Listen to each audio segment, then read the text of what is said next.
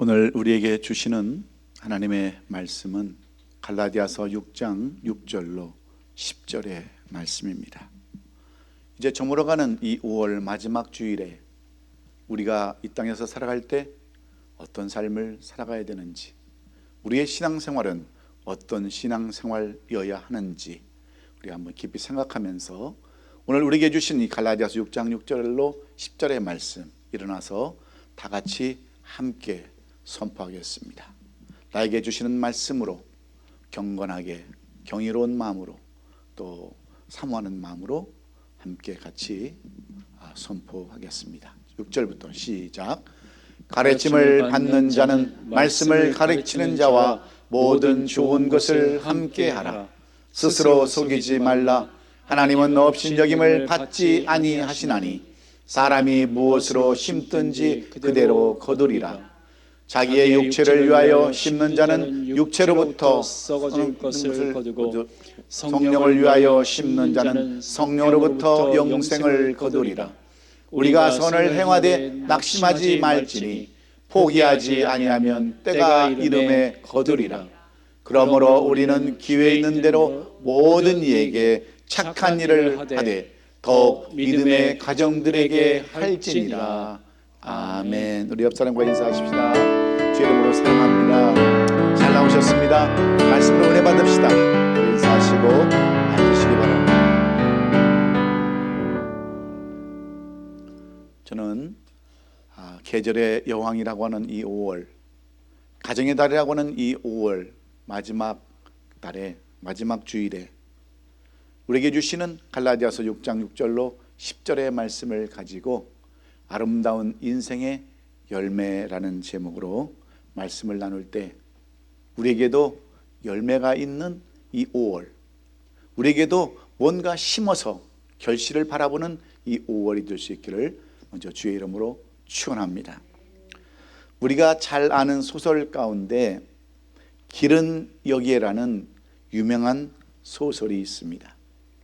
이 소설은 일본의 여류 작가인 미우라 아야코가 자신의 삶을 그대로 표현한 그러한 소설입니다.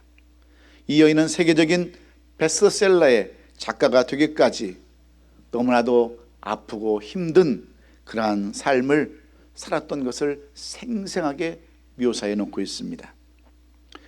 미우라 아야코는 소설가가 되기 전에는 폐병 3기의 중증 환자로 일본 폐병 환자 수용소에 이렇게 수감되어서 하루하루를 죽음을 기다리면서 살던 그러한 여인이었어요.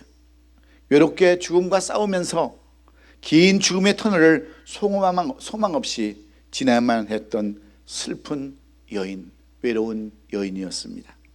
그런데 그 수용소 안에는 어려서부터 같이 지내던 한 친구가 같은 그 삶을, 폐병 환자로서의 같은 삶을 살았던 한 청년이 있었어요. 이 사람은 마에카와 다다시라는 한 청년이었는데 그 청년도 그 수용소에서 폐병으로 같이 이렇게 있었을 때 이 다다시라는 청년은 이 여인에게, 미우라 아야코에게 예수 그리스도를 전했습니다. 그리고 삶으로서의 그 신앙생활을 보여줬어요.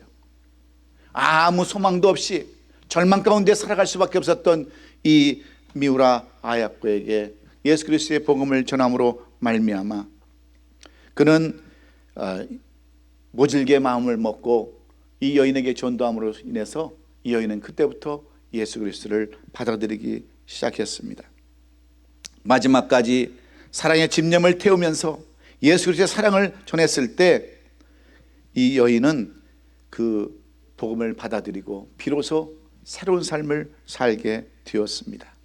자신의 신병을 비관하고 이 세상에 신은 없다고 고집하며 모질게 거절했던 이 여인에게 사랑의 씨앗을 심었을 때 그 복음의 씨는 이 여인의 마음속에 깊이 뿌리를 내리고 마침내 복음의 열매로 나타나게 되었습니다.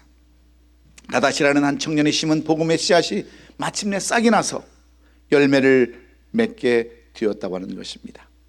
그래서 이 세계적인 베스트 소설가로 거듭날 수 있었는데 이 소설을 읽는 사람마다 예수 그리스도에 대한 호감을 갖고 기독교에 대한 관심을 갖게 되었는데, 미국의 한 영화 제작자는 지금까지 영화를 만들 때마다 거의 다 폭력과 섹스 영화만 만들어 오다가 이 소설을 읽고 감동받아서 예수라고 하는 그 유명한 영화를 만들기도 했습니다. 다시는 그러한 영화를 만들지 아니하고 이 기독교에 관한 영화를 만들기로 작정까지 하게 되었습니다. 왜 그렇습니까? 한 사람의 심은 그 씨앗이 꽃을 피우고 열매로 나타났기 때문에 그렇습니다. 사랑하는 성도 여러분, 지금까지 여러분은 무엇을 심으셨습니까? 지난 2021년도를 시작하면서 5개월이 다 지나가는데 여러분은 지금까지 무엇을 심었으며 여러분이 심은 것이 어떻게 나타나고 있으십니까? 이제 본격적으로 더위가 시작되고 대부분의 나무들이 열매를 맺어가는 이 5월의 마지막 계절, 풍성한 결실이 있기 위해서는 이 열매를 맺음이 너무나도 중요한데, 이것은 우리의 삶이나 신앙생활도 마찬가지입니다. 얼마나 주 예선을 다하는 삶을 살았느냐에 따라서 인생의 열매가 달라질 수가 있기 때문입니다. 중요한 것은 심는 거예요. 콩 심으면 콩이 나고 팥 심으면 팥이 나듯이 우리의 인생도 무엇을 심느냐에 따라서 열매도 수확도 달라지는 줄로 믿습니다. 많이 심으면 많이 거두고 적게 심으면 적게 거두는 것이 하나님의 법칙이요, 이 자연의 법칙입니다. 그런데 이 5월을 정리해야 하는 우리에게 아무런 열매나 조짐이 없다고 한다면 그것은 심지 않아서예요. 뿌리지 않아서입니다. 물질이 없다면 그만큼 물질을 심지 않아서이고, 축복이 없다면 그만큼 축복과 거리가 먼 삶을 살았기 때문입니다. 그러나 심은 것은 없어지지 않습니다. 반드시 꽃이 피고 열매가 맺히는 날이 있음을 우리는 기억해야 합니다. 세계 2차 대전 때 독일은 영국 테임스강 주변에 그 전선에 수많은 폭격을 가했습니다. 그런데 전쟁이 끝날 무렵 런던 시내 그 테임즈강 그 주변에 아름다운 꽃들이 피기 시작했어요. 누가 심은 것도 아니고 누가 파종한 것도 아닌데 그 테임즈강 주변에 엄청난 꽃이 자라는 것을 보고 식물학자들이 연구를 하기 시작했습니다. 어째서 여기에 이런 아름다운 꽃들이 피는가 연구를 해봤더니 그것은 다름이 아니었어요. 오래전부터 뉴질랜드 해안에서 핀 꽃들의 씨가 바닷물에 실려가지고 그 테임즈강 그 주변에 쌓이기 시작했습니다. 흙으로 덮였었는데 2차 대전 때 독일이 그 테임즈강 그 주변의 강을 폭격하면서 그 땅속에 숨어져 있던 그 씨들이 올라오면서 그때부터 꽃을 피우고 아름다운 동산을 이루기 시작했다는 거예요. 누가 심은 것도 아닌데 여러분, 왜 꽃들이 그렇게 자라나겠습니까? 여기서 우리는 무엇을 알 수가 있습니까?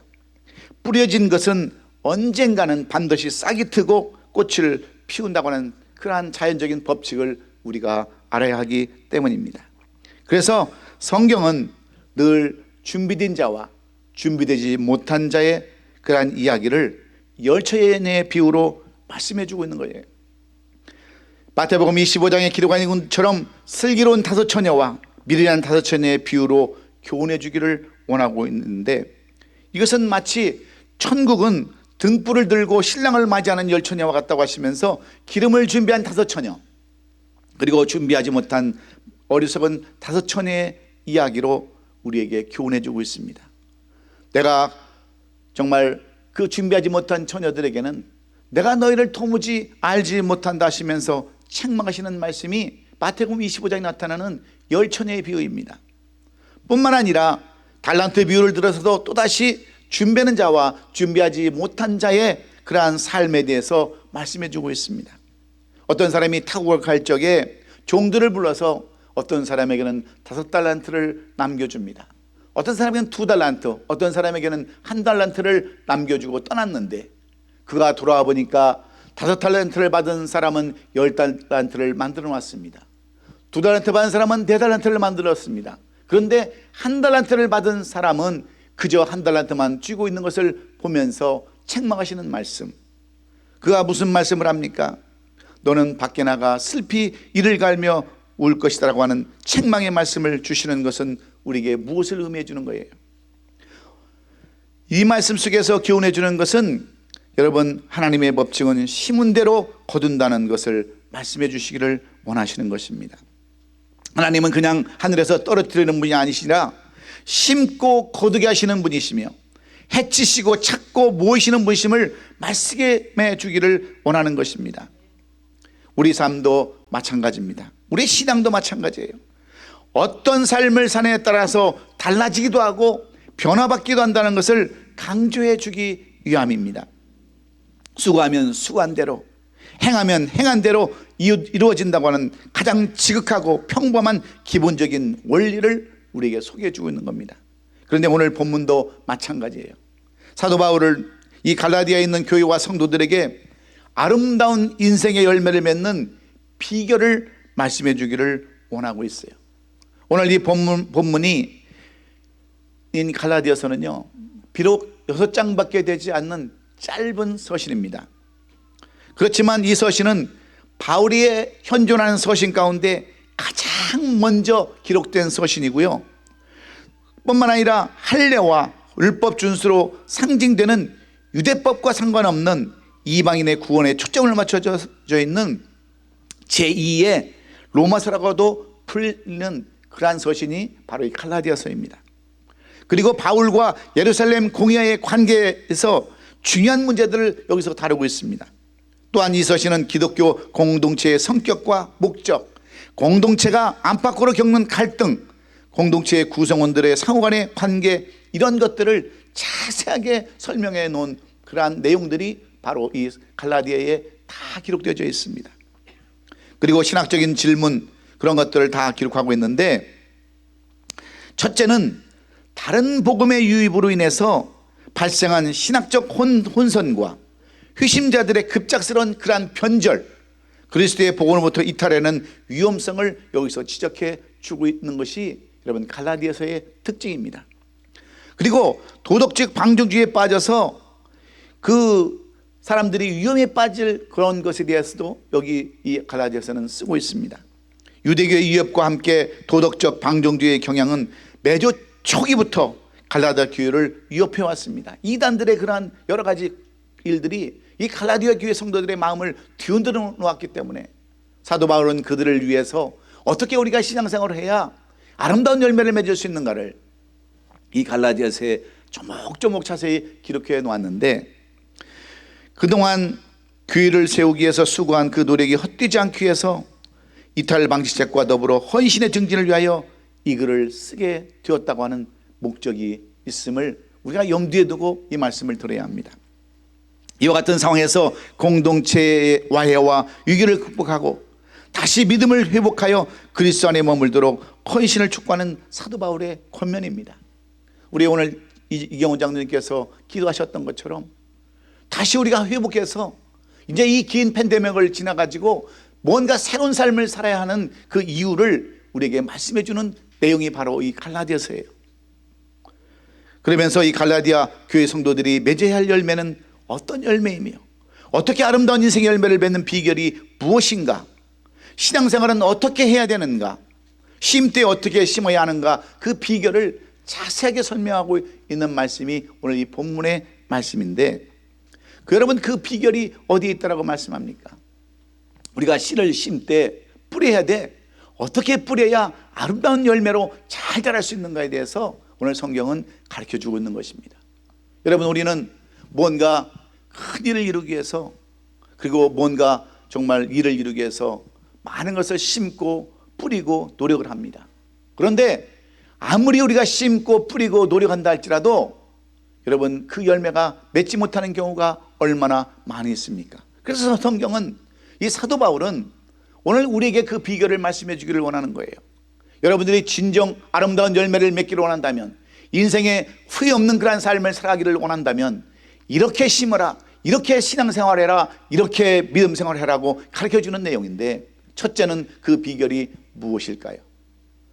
질서와 연합이 있어야 함을 우리에게 말씀해 주고 있습니다.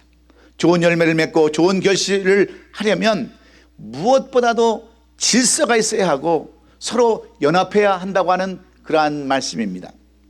왜 그렇습니까? 세상 모든 만물은 하나님의 질서에 의해서 운행되고 반응하기 때문입니다. 그래서 네 계절이 있고 사시사철이 있는가 하면 자연의 법칙은 봄에 싹이 나고 성장한 후에 여름에 꽃이 피고 열매를 맺는 다음 가을에 수확하게 되어 있는 것이 자연의 그러한 법칙입니다. 이것이 정상적인 자연의 법칙이고 하나님의 법칙이에요. 그런데 이러한 원칙을 무시해버리고 질서를 무시하고 급한 성격에 늦은 겨울에 파종을 하면 어떻게 되겠습니까? 이 질서를 무시하고 느긋하게 여름 뒤어서 파종을 하면 언제 열매를 우리가 거둘 수 있겠습니까? 하나님의 법에 의해서, 질서에 의해서, 자연 법칙에 의해서 그 법칙에 따라서 질서와 연합을 이룰 때 비로소 아름다운 열매가 맺을 수 있다고 하는 교훈입니다. 그런데 당시 갈라디아 교회와 성도들은 그렇지를 못했습니다. 오늘 본문 6장 1절로 5절의 말씀을 살펴보면 갈라디아 교회에는 범죄한 그런 성도들이 있었음을 살펴볼 수 있어요. 율법을 어긴 자들이나 교회에 도의되지 아니하는 사람들이 많이 있었습니다. 그래서 교회가 어려움 가운데 있었고 분열과 갈등이 있게 되었을 때 오늘 본문은 어떻게 하라고 말씀하고 있습니까? 1절 하반절에 보면 신령한 너희는 온유한 심령으로 그러한 자를 바로잡고 너 자신을 살펴보아 너도 시험을 받을까 두려워하라 그랬습니다. 그리고 2절에 가서 너희가 짐을 서로지라 그리하여 그리스도의 법을 성취하라 그랬습니다. 하나님의 일을 이루어가기 위해서 협력 관계를 가지라는 겁니다. 범죄자라고 업신여기지 말고 차등하지 말고 같은 형제로서 그들의 짐을 지라고 이렇게 성경은 권면하고 있습니다.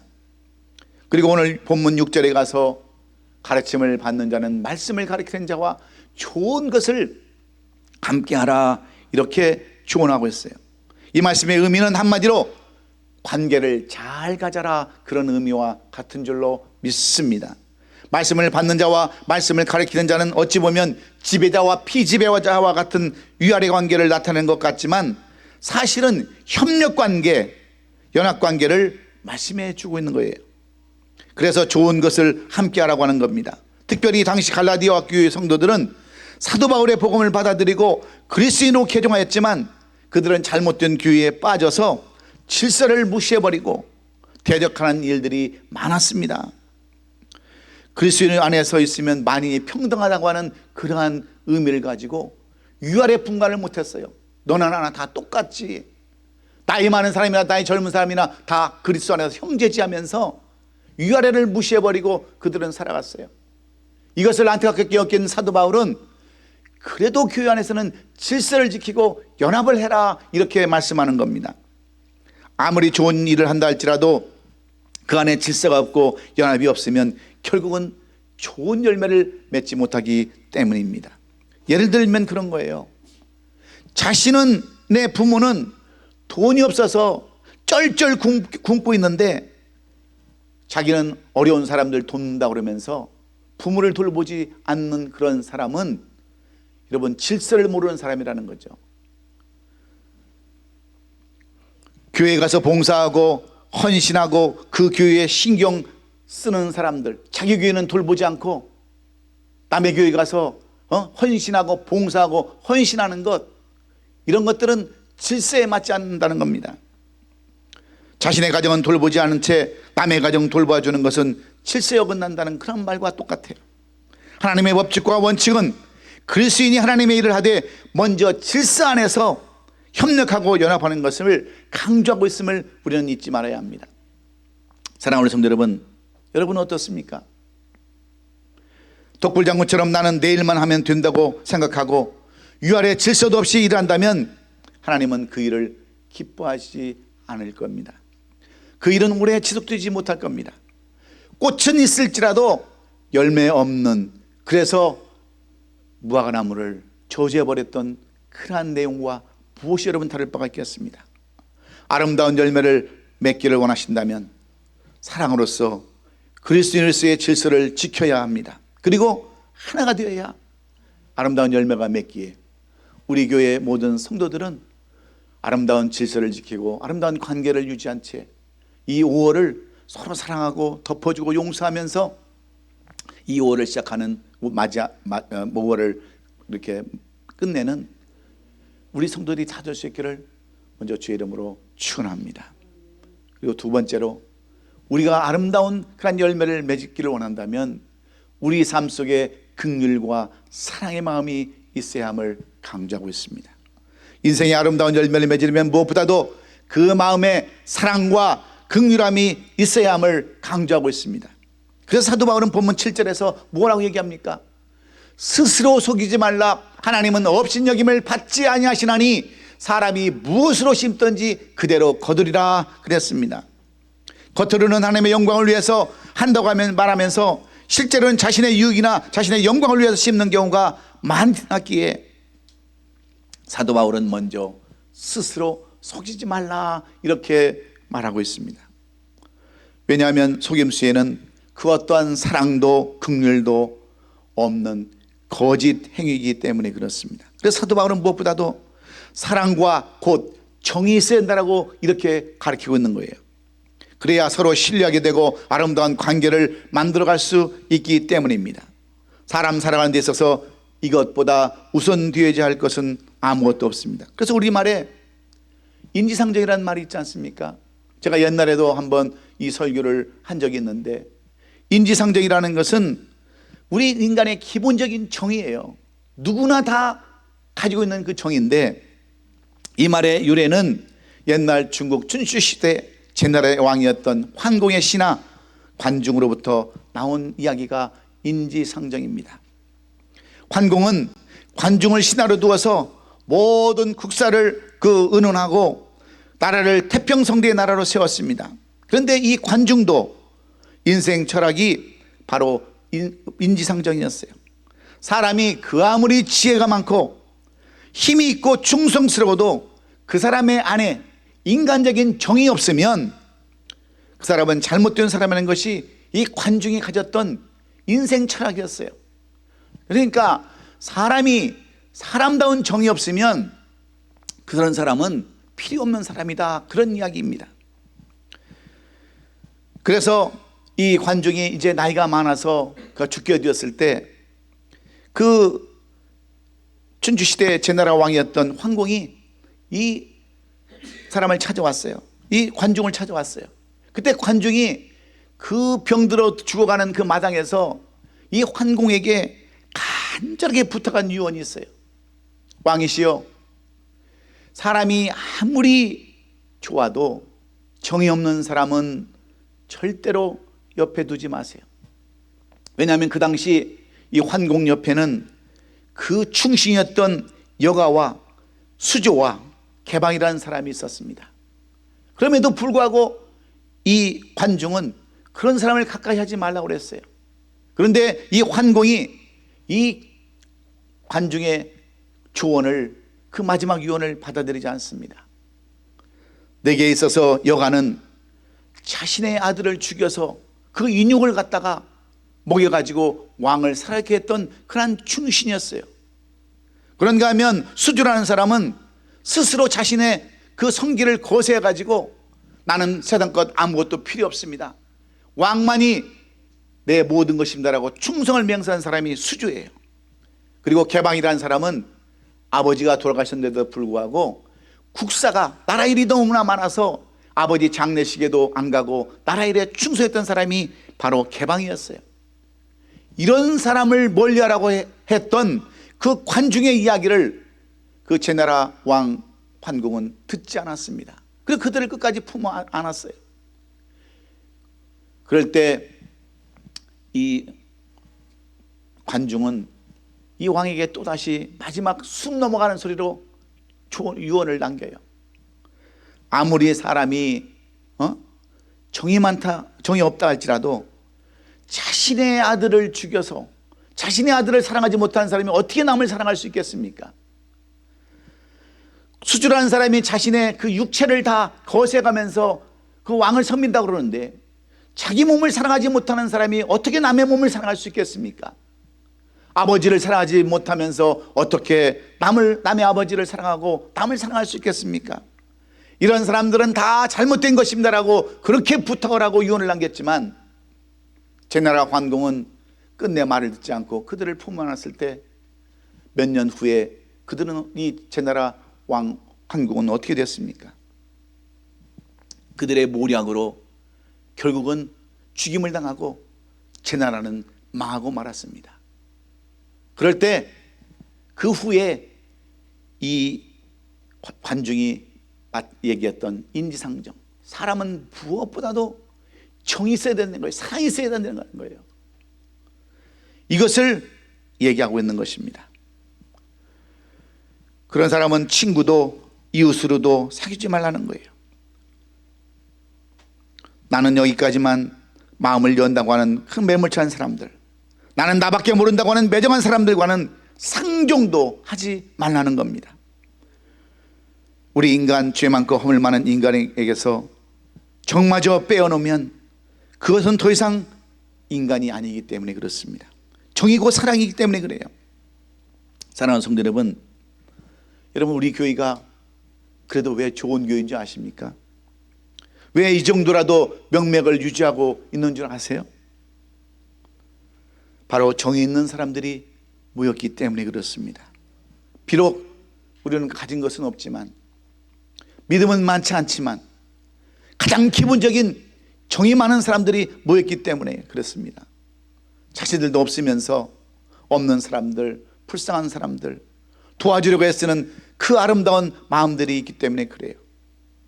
얼마든지 크고 좋은 교회가 주위에 많이 있지만 그놈의 정이 무엇인지 그 정 때문에 떠나지도 못하고, 그 사랑 때문에 20년 넘게 이 교회를 섬기고 있는 사람들이 있기 때문에 오늘날 우리 교회가 지금까지 존재하는 줄로 믿습니다. 저도 여러 번 청빙도 받고 교회를 떠나고 싶은 마음도 많이 있었지만, 우리 교회에 정이 있는 분들, 우리 장로님, 우리 권사님들, 성도님들, 그런 분들이 있기 때문에 저도 지금까지 이 힘든 목표를 지금까지 이어가고 있는 줄로 믿습니다. 교회는 크지 않지만, 성도는 많지 않지만, 정이 뭔지, 정 때문에 남아서 이 교회를 이뤄가시는 여러분이 있기에 오늘도 이 교회가 뿌리를 내리고 꽃을 피우며 열매를 맺어가고 있는 줄로 믿습니다.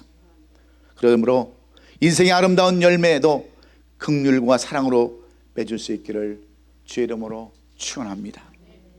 마지막으로 우리 인생의 아름다운 열매를 맺으려면 마지막에는 인내가 있어야 한다는 겁니다.